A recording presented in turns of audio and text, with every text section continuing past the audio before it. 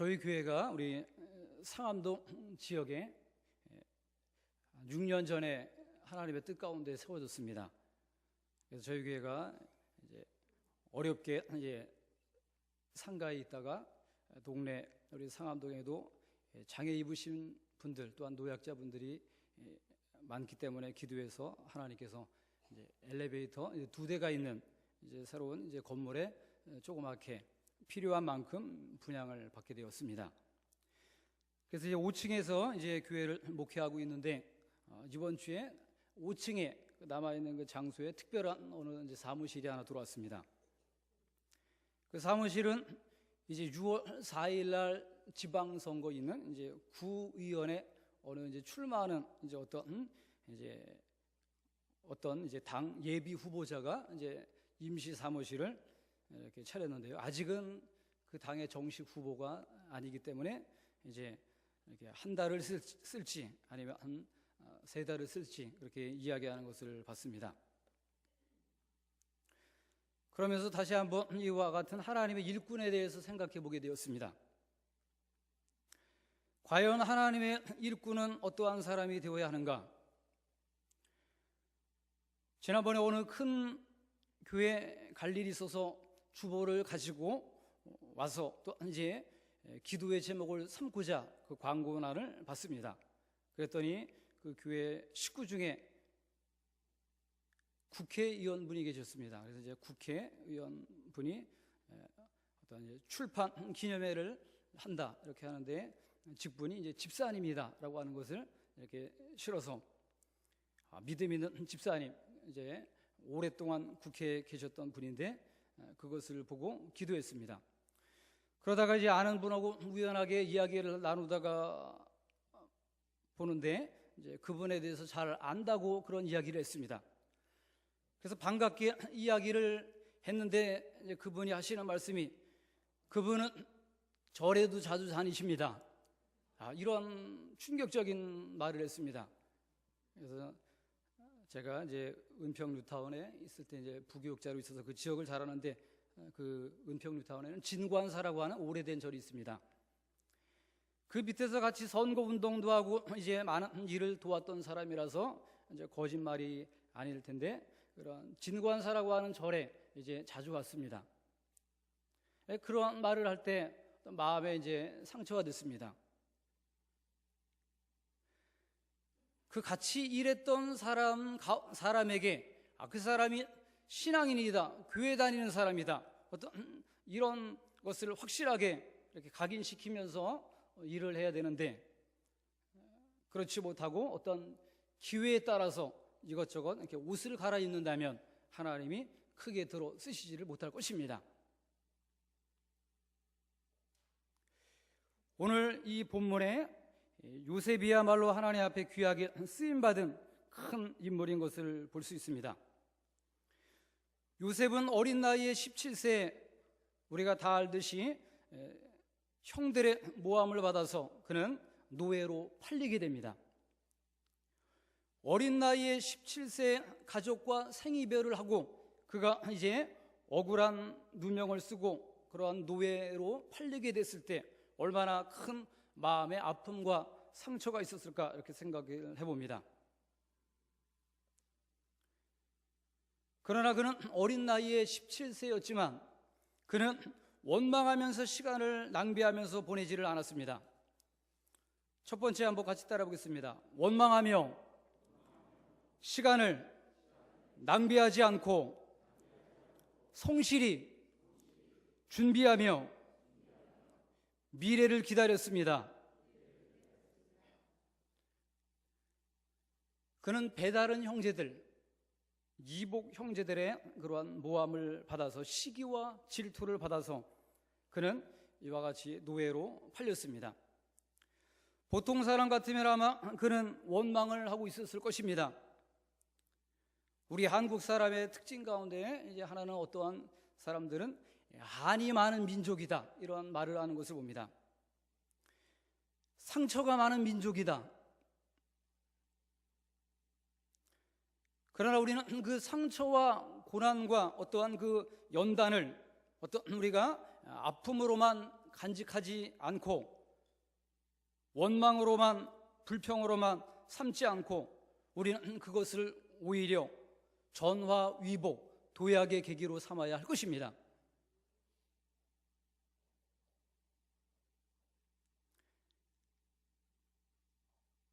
그는 13년 후에 애굽의 국무총리라고 하는 그 자리에 올랐습니다. 사람들은 결과만을 봅니다. 그러나 하나님은 과정을 보시는 줄 믿습니다. 따라해 보겠습니다. 최고보다는 최선을 다하는 사람이 됩시다.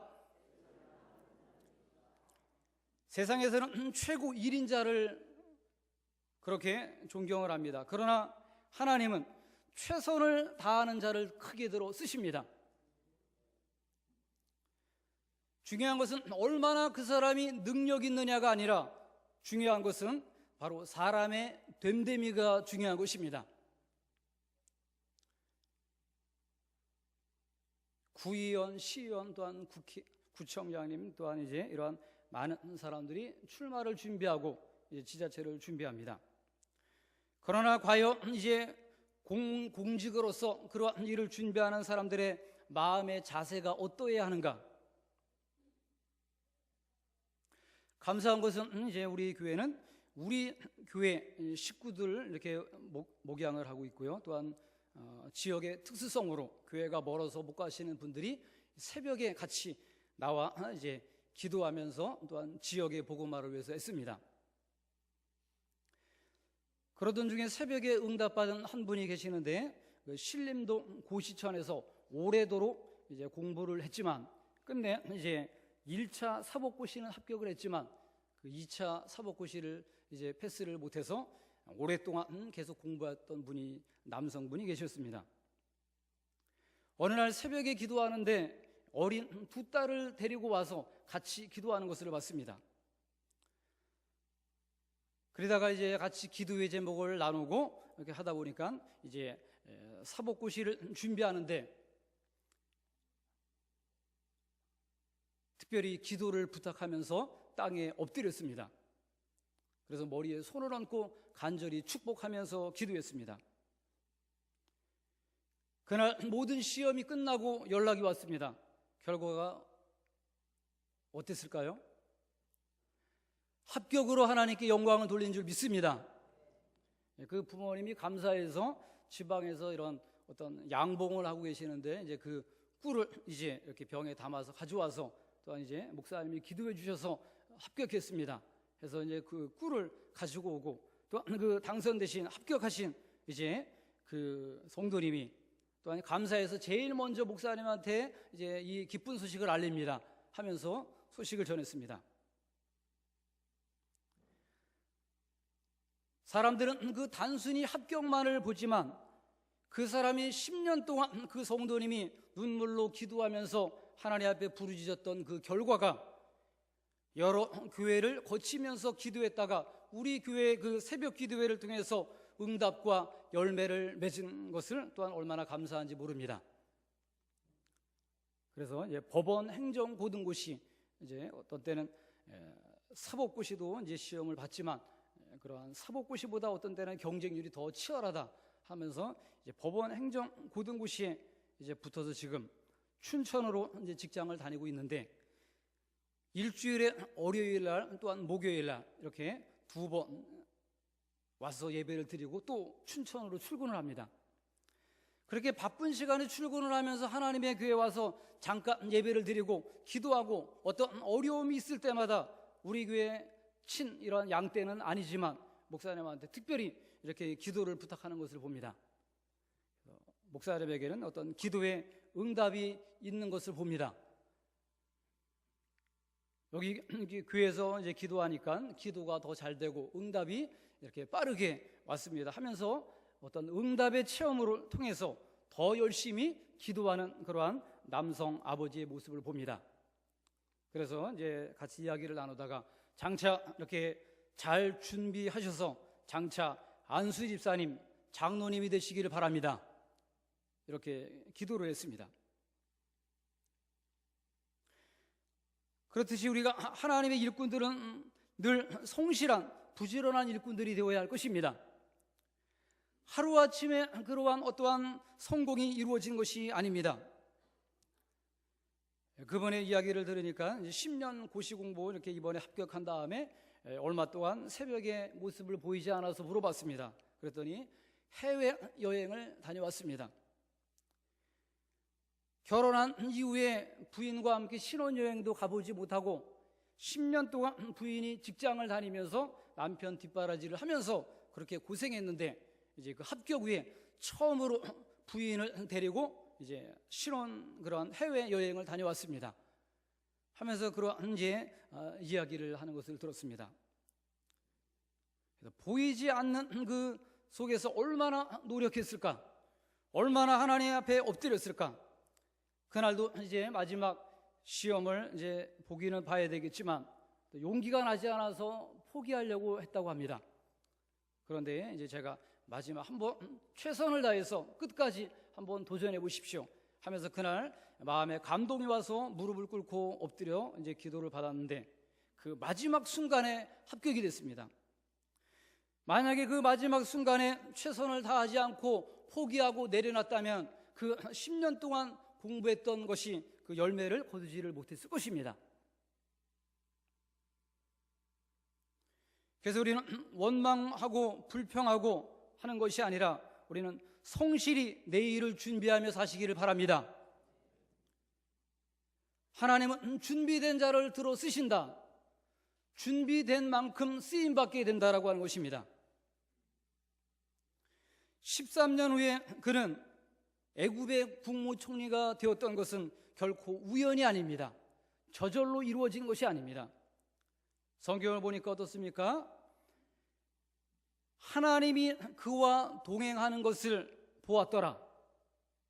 그래서 그는 노예로 이제 팔렸지만 그 가정 총무의 역할을 맡았고 또한 감옥에서도 그는 이제 간수장의 눈에 띄어서 그와 같은 일을 맡았던 것을 볼 수 있습니다.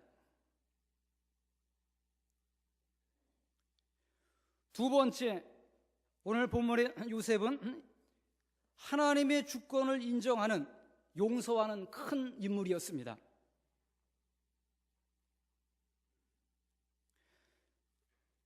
그는 형들을 만난 다음에 이렇게 형들을 위로했습니다. 당신들이 나를 이곳에 팔았다고 해서 한탄하고 근심하지 마소서. 하나님이 생명을 구원하시려고 나를 당신들보다 먼저 보내셨나이다. 우리 주변에 일어나고 있는 일들, 나에게 일어난 일들을 우연이다 이렇게 생각하지 마시기를 바랍니다. 하나님의 어떠한 뜻이 있을 것이다, 하나님의 어떠한 섭리가 있을 것이다 이렇게 바라보시기를 바랍니다. 얼마 전에 이제 낙원 상가에 어떤 집사님이 교회 키보드를 사라고 이제 특별 헌금을 해주셔서 낙원 상가에 악기를 사가지고 오는데 그 탑골공원 한쪽 옆에 왼쪽에 오랜만에 이렇게 봤는데 어떤 천막이 쳐져 있었습니다. 그런데 그 천막에 1번서부터 어떤 숫자를 매기면서 그 천막이 한 평 남지막한 그런 좁은 천막이 계속 붙어 있더랬는데 그 천막이 안타깝게도 이러한 점을 보는 어떠한 이제 그러한 천막들이 그 탑골공원의 옆에 쭉 있었습니다. 그것을 보고 너무 안타까워 생각했습니다. 3일 독립운동을 했던 그 거룩한 장소, 그 근처에서 이제 사람들이 그렇게 어떠한 노력을 하지 않고 어떠한 요행을 바라면서 운을 치면서 그러한 이제 하나님을 의지하지 않고 미신을 찾고 기웃거리는 그러한 젊은이들도 봅니다. 그래서 우리가 주의를 들여다보면 한국 사회는 이 전통이라고 하는 명목하에 미신적인 비성경적인 것들이 곳곳에 많이 배어 있습니다. 그래서 우리는 문화라고 하는 것도 다시 한번 성경적으로 재검토해 보면서 영적 분별력을 가지시기를 바랍니다. 문화재다, 문화라고 해서 무조건 받아들이는 것이 아니라 전에 남대문이 불탔다가 다시 복원이 됐습니다. 남대문이 불탈 때 울면서 슬퍼하는 것보다 최근에 가난해서 생활고에 시달려서 한 사람이 이제 이렇게 자살하는 우리 불쌍한 이웃들이 있습니다. 그러한 생명이 더 귀한 줄 믿습니다. 어떠한 건물이 중요한 것이 아닙니다. 살아있는 생명체가 더 귀한 것입니다. 그런데 우리는 오랜 역사와 어떠한 이제 잘못된 이러한 불교, 유교 문화에 깊숙이 뿌리박은 그러한 문화의 타성에 젖어서 알지 모르게 비성경적인 미신적인 그러한 것들이 우리 주변에 있는 것을 봅니다. 그래서 요셉은 형들을 원망하지 않고 오히려 형들을 위로합니다. 나를 팔았다고 해서 근심하지 마소서. 성경에 보니까 그들이 은 20을 받고 팔았습니다. 그러나 그 은 20을 팔은 돈으로 과연 그 형들이 얼마나 재산이 늘어나고 얼마나 큰 일을 했겠습니까? 써보지도 못했습니다. 가룟 유다도 은 30에 예수님을 팔았지만 그 돈이 자기에게 유익을 가지지 못하는 오히려 재앙이 됐던 것을 봅니다. 최근에도 뉴스를 들으니까 어떻습니까? 그 로또에 당첨됐던 1등에 당첨됐던 어떤 청년이 그 이제 로또를 가지고 이렇게 갑자기 큰 돈이 들어왔는데 그만 이제 허랑방탕하게 쓰다가 돈을 다 써버리고 그 다음에는 이제 돈이 다 떨어져서 오히려 이제 돈을 훔치는 그러한 강도가 돼서 이렇게 붙잡혔다라고 하는 그러한 최근의 뉴스를 듣습니다. 이것은 오히려 그 물질이 축복이 아니라 재앙이다라고 하는 것을 가르쳐 줍니다.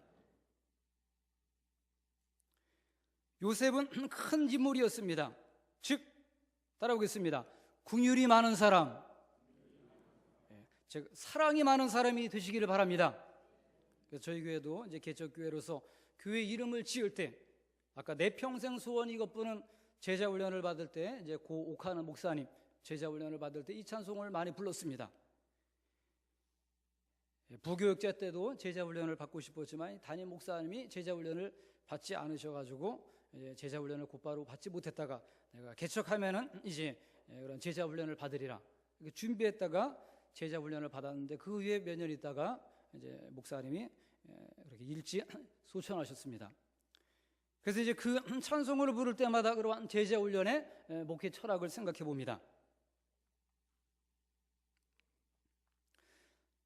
사랑이 많은, 그래서 교회 이름을 정할 때 성경에서 어떤 사랑이 제일이라, 사랑이 많기 때문에 그러한 이름을 진 것이 아니라 너무 사랑이 부족한 종입니다.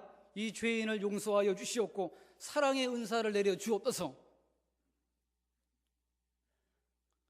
교회 하나님의 일꾼들은 긍휼이 많아야 합니다. 성경에 보니까 따라보겠습니다. 긍휼히 여기는 자는 긍휼히 여김을 받으리라. 세상을 살다 보면 어떻습니까? 내가 도움을 받을 때가 줄 때가 있지만 언젠간 또 도움을 받을 때가 있다라고 하는 것입니다. 개척교회를 하면서 그러한 생각을 해봅니다. 어려울 때 지금 내가 도움을 받지만 물질의 도움을 받을지라도 오히려 더 많은 기도로 갚아주리라. 도움을 받을 때가 있지만 언젠가는 이제 나도 더 어려운 교회를 돕게 될 날이 있을 것이다 라고 하는 그러한 희망을 바라봅니다.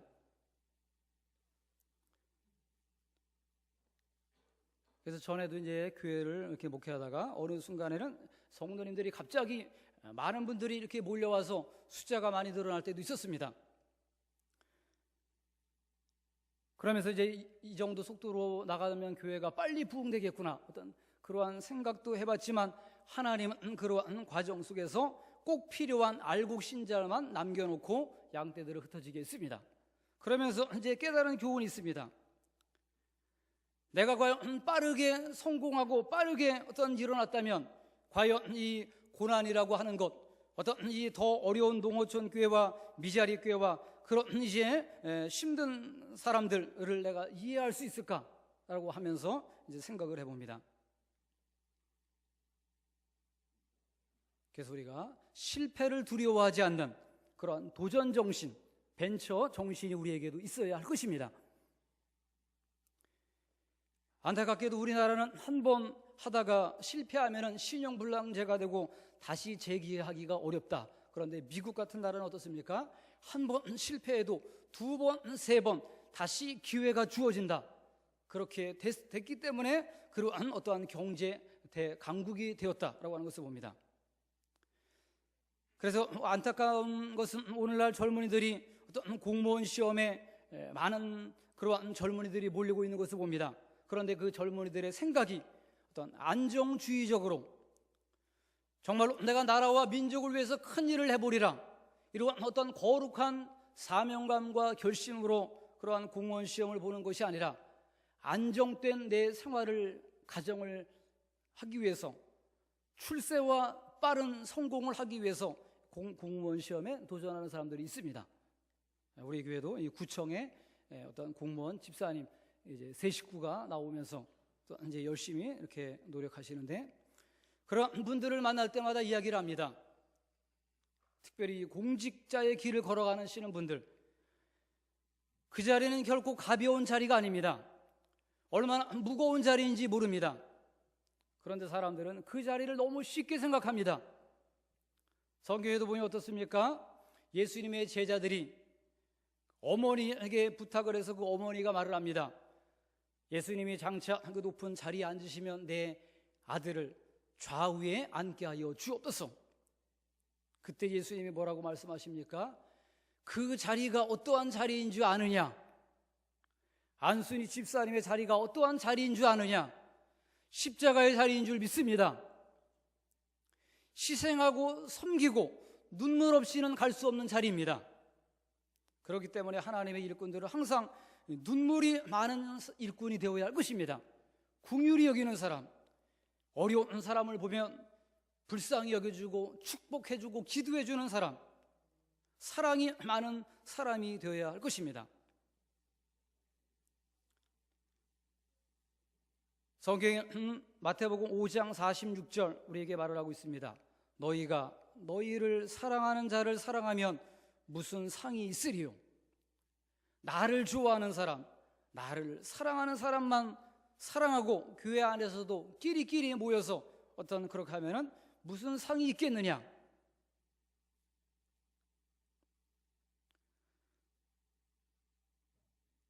성경에는 그러한 직분 소중히 여기며 끝까지 달려갈 길을 다 마치고 감당한 분에게는 큰 상급이 있을 것이다, 성경은 약속을 하고 있습니다.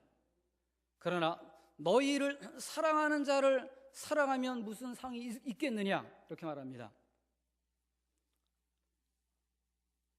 따라해 보겠습니다. 굳은 자리, 낮은 자리, 이런 자리가 내 자리인 줄 믿습니다. 내가 섬길 자리는 높은 자리가 아닙니다. 낮은 자리, 아무도 쳐다보지 않는 자리입니다. 남들보다 한 발 더 먼저 내가 앞장서서 봉사하고 섬기기를 원합니다. 솔선수범, 자진하여서 스스로 일을 찾아서 하는 일꾼이 되시기를 바랍니다. 성경에 요셉을 읽다 보면 어떻습니까? 요셉은 일이 참 많았습니다. 가는 곳마다 일이 따라왔습니다. 일이 많았다라고 하는 것은 그가 근명성실하고 인정을 받았기 때문에 그에게 일이 주어진 것입니다. 아무에게나 일을 주어지지 않습니다. 성경에 보니까 이 요셉이 어떻습니까? 간수장이 그 일을 맡긴 다음에 성경에 보니까는 어떤 표현이 있습니까? 그 맡긴 일을 다시 돌아보지 아니하였다. 창세기 39장 23절 같이 한번 읽어봅니다. 39장 23절입니다. 간수장은 그의 손에 맡긴 것을 무엇이든지 살펴보지 아니하였으니 이는 여호와께서 요셉과 함께 하심이라. 여호와께서 그를 범사에 형통하게 하셨더라. 아멘. 간수장은 그의 손에 맡긴 것, 주의 일 내게 맡기소서 하면서 우리가 찬송을 부릅니다. 바로 사명입니다. 교회 오는 목적이 무엇입니까? 우리 개척교회이기 때문에 이제 우리 기초부터 확실하게 하면서 성도님들한테 이야기를 합니다. 우리가 교회에 오는 목적은 두 가지인 것 같습니다. 어떤 때는 세상에서 상하고 지친 심령들이 와서 안식을 누리게 됩니다. 평안을 누리기를 원합니다. 그러나 그것이 전부는 아닙니다. 바로 교회에 와서 사명을 발견하시기를 바랍니다. 내가 이제야 할 일을 찾았도다. 교회가 아직도 내가 필요로 하는 자리가 있다. 남들이 보지 못한 자리가 있다. 내가 교회에 나와서 은혜 받고 회복되고 재충전된 다음에는 사역자로 일하시기를 바랍니다. 이러한 것들이 균형을 잡혀야 합니다. 나는 맨날 위로받고 싶습니다. 축복받기 위해서 교회에 왔습니다. 물론 맞는 말입니다. 그러나 그것이 전부는 아닙니다. 바로 신앙이라고 하는 것은 무엇입니까? 이 균형을 잘 잡아야 됩니다. 성숙된 신앙. 우리 한국교회가 사회 신임도에서 세 종교 가운데 3위를 차지한 이 안타까운 소식을 접하게 됩니다. 그런 것은 우리 한국교회가 너무 성장 위주로 나아갔기 때문입니다. 이제는 성장이 아니라 성숙이 된 바로 질적인 변화가 일어나야 될 줄 믿습니다. 교회의 일꾼이라 하면은 사회에서도 인정받는 그러한 이제 일꾼이 되어야 할 것입니다. 그런데 우리는 직장 생활할 때도 어떻습니까? 교회 다니는 것을 숨기고 이렇게 하시는 분들이 있는 것을 봅니다. 왜냐하면 신앙생활 교회 다닌다고 할 때 많은 불이익이 따르기 때문입니다. 그러나 드러내놓고 나는 예수님을 믿습니다. 나는 불필요한 접대를 거부합니다. 술과 음주 가물을 하지 않습니다. 이렇게 다니엘서 보면 어떻습니까? 뜻을 정하고 신앙생활했다라고 하는 것입니다. 우리 충신교회 이름이 얼마나 아름답습니까? 일편단심, 변하지 않는 늘 한결같은 충신교회 성도님들이 되시기를 바랍니다. 이방원은 어떻습니까? 정몽주를 유혹을 할 때 이런들 어떠하리 저런들 어떠하리, 세상 사람들은 우리에게 그렇게 말을 합니다. 그러나 우리가 믿음으로 살아야지 인간적인 처세술로 살면 안 될 것입니다. 목회를 이렇게 하다 보면 저 사람이 믿음이 좋은가 또 그렇지 않은가 이렇게 판단할 때 보면 어떤 분은 타고난 성격이 좋은 사람이 있습니다. 타고난 기질, 어떤 처세술을 잘하는 사람이 있습니다. 그래서 사람들은 착각을 합니다. 저 사람이 믿음이 좋다, 사람이 많고 잘 따른다. 그러나 목회자가 보는 눈은 다릅니다. 저 사람이 타고난 어떤 성격이라든가 처세술, 말을 잘하고 하지만 정말로 이제 성경적인 믿음은 무엇입니까? 바로 순종입니다.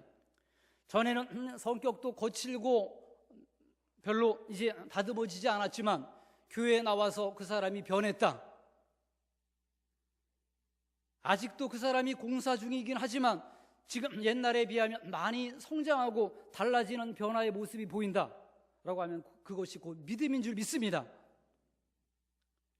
그런데 우리는 그러한 것을 제대로 보지를 못하고 일꾼을 뽑을 때도 외모를 보는 경우가 있습니다.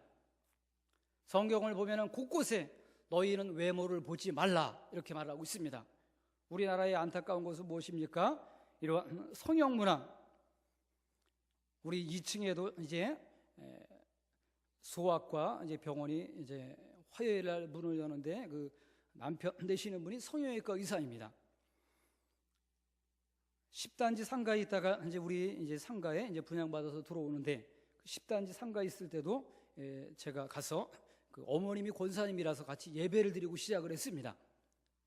그래서 그 우리 지역에는 어린이들이 우리 상암동에는 3자녀, 4자녀 되는 우리 이지구에는 특별히 어린이들이 많이 들어오고 저희 교회에도 쌍둥이들이 있습니다. 그래서 어린이들이 얼마나 많은지 모릅니다. 그런데 그 성형외과 의사분들이 성형의 원래 의도는 무엇입니까? 어떤 교통사고를 당해서 어떤 이제 화재로 인해서 어떤 이제 이러한 재난을 당한 분들을 어떤 성형이 꼭 필요한 사람에게 그러한 의술을 하는 것인데 우리 한국은 그렇지 못하고 출세하기 위해서 면접 보기 위해서 성형부터 해야 되겠다 이러한 잘못된 것들이 있는 것을 봅니다. 성형은 바로 마음에 해야 될 줄 믿습니다.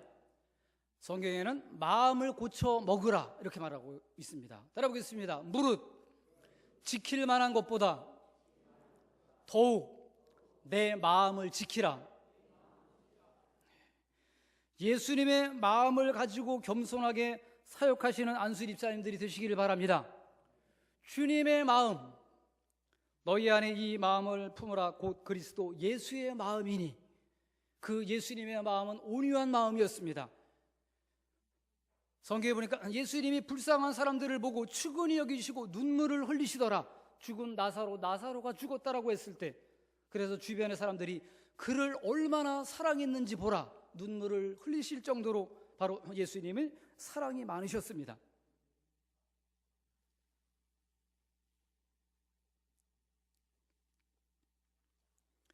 그래서 우리는 사랑의 실천자가 이렇게 되어야 할 것입니다. 세 번째, 따라오겠습니다. 일을 해결하는 사람이 되시기 바랍니다.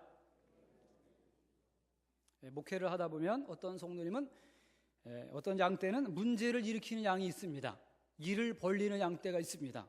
그리고 어떤 분은 일을 잘 해결하고 수습하는 은사가 있는 분들도 있습니다. 안수 집사님들, 중직자 분들은 중심을 잡고, 따라보겠습니다. 하나님 중심, 말씀 중심, 교회 중심, 우리 교단의 그 정체성입니다.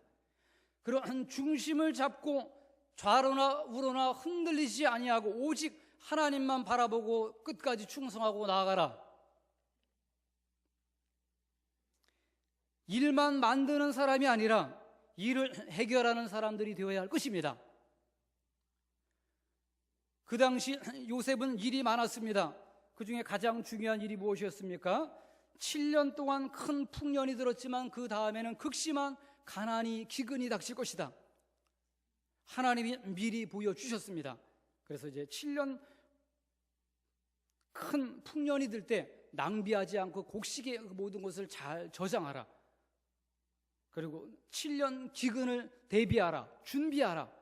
다가올 환난 날을 준비하라. 불로 참 믿음인 것을 고난으로 너희를 연단할 것이다. 그때 그 요셉은 어떻습니까?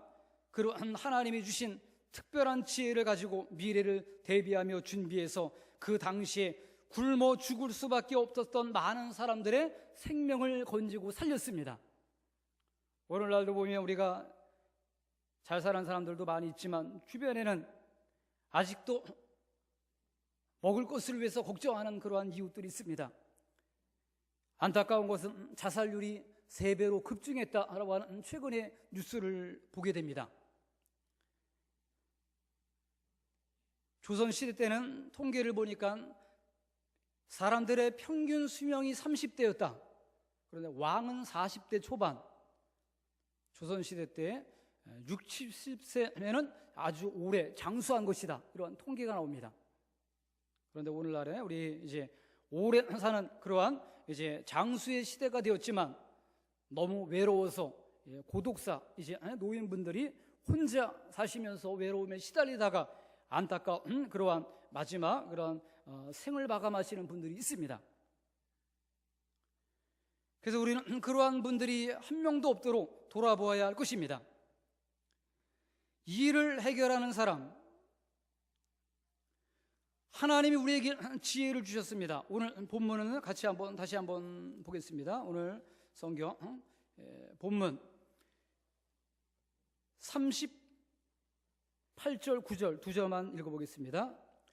바로가 그의 신하들에게 이르되 이와 같이 하나님의 영에 감동된 사람을 우리가 어찌 찾을 수 있으리요 하고 요셉에게 이르되 하나님이 이 모든 것을 내게 보이셨으니 너와 같이 명철하고 지혜 있는 자가 없도다. 아멘. 하나님의 영에 감동된 사람, 이 사람이 바로 지혜로운 사람이다 라고 하는 겁니다. 지식은 우리가 많은 어떠한 노력을 하면 얻을 수 있지만 지혜는 하나님이 주시는 것입니다. 지혜는 그 지식을 활용하는 능력입니다. 성경은 우리에게 가르쳐주고 있습니다. 따라보겠습니다. 뱀같이 지혜롭고 비둘기같이 순결하라. 착하고 충성된 종아. 이렇게 성경은 우리에게 말을 하면서 우리에게 지혜롭게 하나님의 일을 하고 이제 우리에게 가르쳐주고 있습니다. 명철하고 지혜 있는 자가 어디 있느냐? 성령 충만한 자, 하나님의 영에 사로잡힌 자, 바로 그가 요셉이었던 것을 봅니다. 이 지혜는 하늘로부터 주어진 것이었습니다. 내가 노력해서 자연적으로 얻은 것이 아니라 하나님의 축복이었습니다. 그래서 우리가 하나님이 주신 지혜로, 또한 우리 안수 집사님 정도 되면은 인생을 많이 사셨기 때문에 삶에 많은 지혜가 있습니다. 그 많은 지내오면서 겪었던 시행착오, 많은 지혜를 가지고 교회를, 목사님을 도와서 잘 교회를 세워나가시기를 바랍니다. 그럼 하나님께서 믿음의 큰 담력과 상급을 베풀어 주실 것이다. 성경에 분명히 약속을 하고 있습니다. 성경을 보면 재미있는 표현들이 있는데요, 귀신 들린 어린아이를 예수님 제자들에게 데려왔습니다. 그러나 그 예수님의 제자들은 그를 고치지 못했습니다. 예수님의 제자들이 물어봅니다. 우리는 어찌하여 이 귀신을 쫓아내지 못했나이까? 예수님이 말씀합니다. 믿음이 적기 때문이다. 그리고 나서 예수님은 그 악하고 더러운 귀신아 물러가라 하면서 귀신을 내쫓아 그 어린아이를 정상 생활할 수 있도록 완전하게 치료해 주셨습니다. 이것은 무엇입니까? 제자들이 해결하지 못했던 그 문제를 예수님께로 가져갔더니 다 해결되었더라.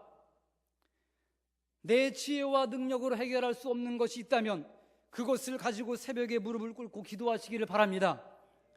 가장 경건한 거룩한 시간에 하나님이 비상한 지혜를 주실 줄 믿습니다. 엎드려 기도할 때 하루 중에서 어떻습니까? 새벽에, 물론 이제 체질적으로 밤에 기도가 더 잘 되는 분도 있고, 어떤 분은 이제 새벽에 집중하여 기도하는 분들이 있습니다. 어떤 것이 더 좋으냐, 이제 그것은 뭐 이제 이런 차이가 있겠지만, 우선순위로 따진다면 새벽 기도의 유익점은 무엇입니까? 피곤한 다음에 와서 기도하는 것이 아니라 하루를 시작하기 전에, 즉 먼저 하나님 앞에 엎드려 기도한다는 것입니다. 하루의 일과를 놓고 내가 오늘 누구를 만납니다. 직장 생활합니다. 주여 나에게 지혜를 주시기를 원합니다. 말이 어눌한 가운데 있습니다. 그 사람의 마음의 문이 미리 열리기를 원합니다. 대화가 통하기를 원합니다. 서로 대화 나눌 때 공통점을 발견하기를 원합니다. 그 사람의 마음을 읽어내기를 원합니다. 이렇게 하면서 엎드려 기도할 때 하나님께서 특별한 지혜를 주셔서 그날의 어려운 문제를 하나님께서 해결해 주십니다. 예수님이 없을 때, 제자들만 있을 때는 그 배에 있을 때 큰 풍랑으로 그들이 목숨의 위협을 당하면서 그들이 심히 괴로워했습니다. 그러나 예수님이 물 위로 걸어서 오셨습니다. 그때 그 풍랑이 잔잔해졌습니다. 이것은 무엇입니까? 바로 예수님이 함께 계시니까 모든 문제가 해결되더라라고 하는 것입니다. 누가복음 9장 23절은 우리에게 말을 하고 있습니다. 나를 따라오려거든 자기를 부인하고 날마다 제 십자가를 지고 나를 쫓을 것이니라. 날마다 자기 부인을 하시는 안수 집사님들이 되시기를 바랍니다. 따라오겠습니다. 나는 날마다 죽노라. 사도 바울은 이와 같은 고백을 했습니다. 나는 날마다 죽노라. 나는 사명을 받았노라. 나는 일꾼이 되었노라. 어떤 이와 같은 정확한 확신이 있었습니다. 주님이 나와 함께 계시다. 나는 주님을 위해서 목숨을 버릴 각오도 되어 있다. 내 이전에 그 화려했던 양력도 다 주를 위해서 배설물과 같이 버릴 것이다. 이러한 각오를 하시기를 바랍니다. 세상에서는 어떤 감투가 직분이 있지만 교회 와서는 모든 것을 다 버리고 평등하게 공평하게 어루만지고 섬기면서 이제 이렇게 하나님의 교회를 만들어 가야 할 것입니다. 전에 이제 제가 강도사로 있을 때 앞에서 찬양한 찬양단들도 있는데, 큰 교회에서 중등부를 맡아서 강도사 때 할 때 찬양단을 조직해서 찬양을 인도했던 기억이 있습니다. 그때 이제 교회도 장로님들이 여러 분 계셨는데, 이제 어떤 이제 장로님들을 보니까 어느 장로님은 어떠한 일이 있을 때마다 당회실에 앉아가지고 이제 부교역자들을 오라 가라 이렇게 하면서 보고를 받으시는 그런 장로님 한 분이 계셨습니다. 그런데 또 어떤 장로님 한 분은 그렇게 하시지 않고 점심을 드신 다음에 교회 구석구석을 살피시면서 주일학교 부서를 돌아보시면서 섬기시는 장로님이 계셨습니다. 누가 더 존경을 받겠습니까? 앉아서 보고받는 것이 아니라 내가 직접 찾아가서 돌아보시기를 바랍니다. 왜 나에게 그 사실을 알리지 않았는가? 섭섭해서 어떤 이런 것이 아니라 신앙생활을 적극적으로 해야 될 것입니다. 궁금한 것이 있으면 내가 찾아가서 어떤 적극적으로 이렇게 뛰어들어서 일을 해야 할 것입니다. 전에 이제 우리 교회 어떤 분이 와서 초신자가 와서 세례를 받고 열심히 주방 일도 하면서 봉사하시는데 나중에 오신 어느 이제 권사님, 다른 교회에서 오셨던 권사님이신데 그 집사님을 보면서 이런 말을 하는 것을 엿들었습니다. 너무 그렇게 열심히 봉사하지 마십시오. 시험에 듭니다. 이 말을 목회자가 들었을 때 가슴이 아팠습니다. 저 권사님이 교회 다니면서 얼마나 상처가 있었으면 저 초신자가 와서 은혜 받고 열심히 기쁨으로 봉사하는데 집사님, 성도님 수고하십니다. 내가 지금은 형편이 이래서 안 되지만 조금 더 있으면 내가 같이 돕겠습니다. 이렇게 하면서 격려하고 칭찬해야 할 것입니다. 그런데 이제 본인의 어떤 상처가 치유되지 않았기 때문에 그렇게 너무 많이 하다 보면은 시험에 듭니다. 너무 열심히 하지 마십시오. 이런 말을 하시는 분들을 봅니다. 그래서 우리 상암동에 이제 이런 새롭게 만들어진 신도시이기 때문에요. 다른 곳에서 이사 오시는 분들이 있습니다. 이사 오셔서 본교회 사명을 다 하시고 특별한 사명이 있어서 우리 교회 등록하시는 분들 가운데 그런 분들을 찾습니다. 그러면서 살펴봅니다. 전에 교회에서 어떻게 신앙생활을 했나 이제 이렇게 이사 오면서 발견이 됩니다. 전에 교회에서 제대로 훈련받고 제대로 봉사하면서 잘 다져진 성도님들은 이런 새로운 곳에 와서서도 어떤 이제 기도로 같이 협력합니다. 지역의 부흥을 위해서. 그런데 어떤 상처가 있는 분들은 어떻습니까? 내가 치료받지 못한 아픔과 상처가 있기 때문에 그렇다고 교회를 떠나지도 못하고 그렇다고 너무 열심히 봉사하지도 못하고 이렇게 하면서 우왕좌왕하다가 믿음이 약해지면서 그 인생의 가장 축복된 황금기, 평생 수고했던 것, 노년의 열매를 거두어야 하는데 그 가장 중요한 시절에 다 내려놓고 이렇게 믿음이 약해진 성도님들을 볼 때 얼마나 안타까운지 모릅니다. 그래서 우리는 끝까지, 성경에 보니까 어떤 표현이 있습니까?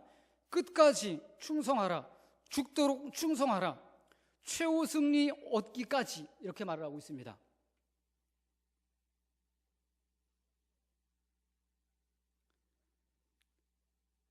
요한복음 13장 14절은 내가 주와 또는 선생이 되어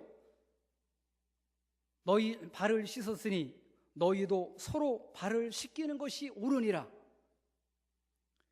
예수님의 마음을 가지고 예수님의 손과 발이 되어서 예수님을 바라보며 일하시기를 바랍니다. 따라보겠습니다. 마지막입니다. 혼자 하면 빨리 하지만 함께 하면 멀리 간다. 그래서 함께 일하시기를 바랍니다. 내가 지금은 혼자 일하지만 혼자라도 일해야 되겠다. 와서 도와주는 사람이 있을 것입니다. 개척교회 때 기도합니다. 주여, 할 일은 많은데 일꾼이 심히 적은 가운데 있습니다. 무엇부터 해야 되겠습니까? 기도부터 해야 될 것입니다. 추수할 일꾼을 보내어 주시옵소서. 작은 것부터, 나부터, 기도부터 하기를 원합니다. 기도하겠습니다.